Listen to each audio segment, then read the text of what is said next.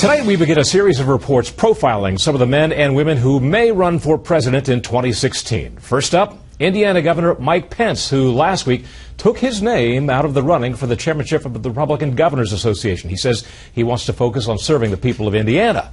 But as my colleague Brett Baer reports, Pence may have other motivations. Which I love cutting ribbons in the state of Indiana. And we do a lot of it. For Governor Mike Pence, the number of ribbon cuttings is, in his mind, a solid measure of Indiana's success. 1, 2, 3. And lately, he's been doing plenty of them across his state. On this day, a brand new career and technical education academy for high school students. And then a visit to a local manufacturing small business. Ew, what a cool place. In recent months, Indiana has led the nation in manufacturing growth. Its unemployment rate is now just below the national average. You have a powerful story to tell in Indiana already. The economy is kind of booming here.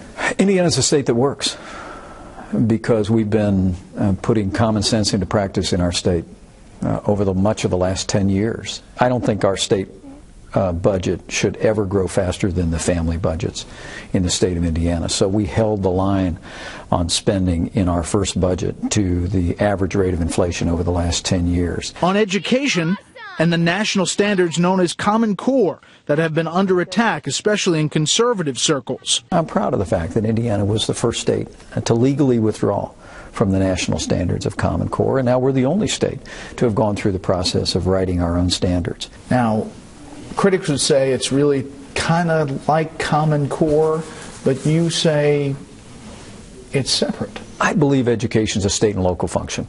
Before he was elected governor in 2012, he represented Indiana as a congressman for a decade, serving as chairman of the House Republican Conference and on the House Foreign Relations Committee, an assignment that took him around the world and to Iraq and Afghanistan multiple times.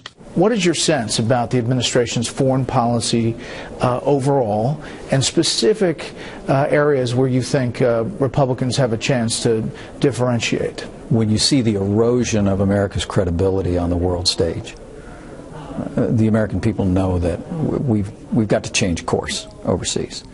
We've got to provide the kind of leadership that will once again make it clear that America will stand by our allies.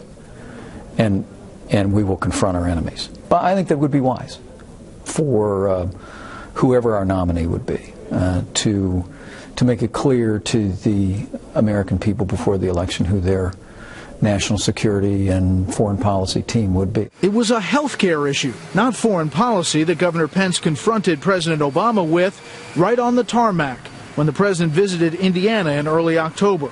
Specifically, expanding and extending the state's Healthy Indiana plan. You buttonholed the president when he was coming down Air Force One on the tarmac. It was a good 5-7 minutes. Look, I think Obamacare needs to be repealed lock, stock, and barrel. That's one of the reasons why one of the first actions I took was to say that Indiana would not set up a state-based exchange.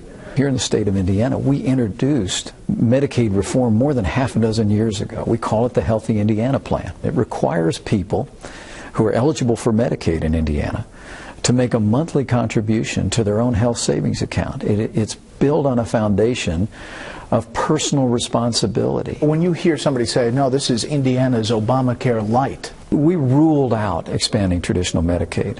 Medicaid is a deeply flawed system that ill serves people that are enrolled in it. A social conservative, Pence is pro-life and in favor of traditional marriage. As the American public seems to shift, should a nominee shift?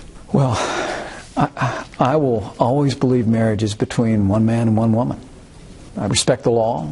I respect the role of the courts in our form of government.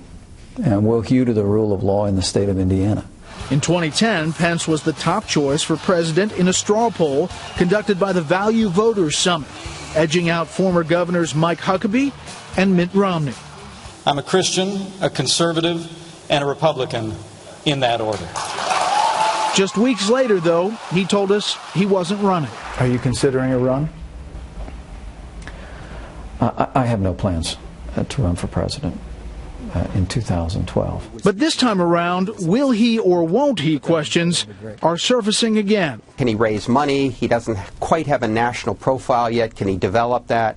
I think he has potential. Pence would have a lot of support among the people who vote in Republican primaries and caucuses. He would have trouble in one respect. He has been out of the Washington scene for quite some time. I think the biggest pro for Mike Pence is being a governor. This is a great year to be a governor when Washington, it looks as dysfunctional as ever. A lot of people look at you as somebody who has a lot of potential. Here's what we come back with, is a guy who's very successful, has foreign policy experience, Capitol Hill experience, now executive experience, but does he have the sizzle to be able to run for president? When you hear that, do you hear it? Do you have the thing that's the selling point for running for president?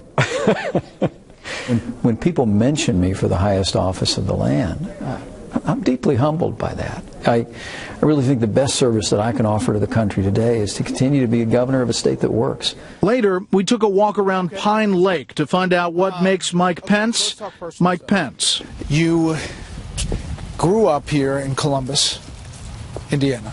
I did. Born and raised. And where'd you meet your wife?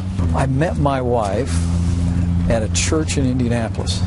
She's the light of my life, and it'll be 30 years next year. In his spare time, Pence focuses on family. Horseback rides are a favorite pastime. He calls himself an unapologetic Colts fan. Later, Pence's wife, Karen, joined him for a stop at Jimmy's Cafe in Valparaiso. Karen describes her husband as a strong, optimistic leader with a great ability to listen. How are you? And while she said he's a deliberate decision maker, they never expected they'd be where they are today. Never mind on a list of White House hopefuls. When he was in Congress, they would say, well, where do you see yourself in 10 years? And he would always say, home for dinner. But as for down the road? Who knows in the future? What's your biggest vulnerability?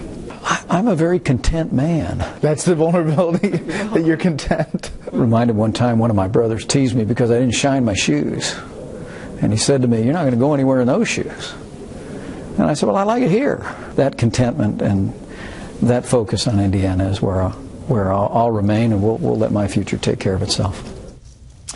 That was Brett Baer with the first installment in the Presidential Contenders 2016 series. Meanwhile, former Virginia Senator Jim Webb has launched an exploratory committee to consider a run at the Democratic presidential nomination. He is the first candidate from either of the two major parties to take this official initial step. Hillary Clinton is considered the frontrunner among the unannounced Democratic field, of course.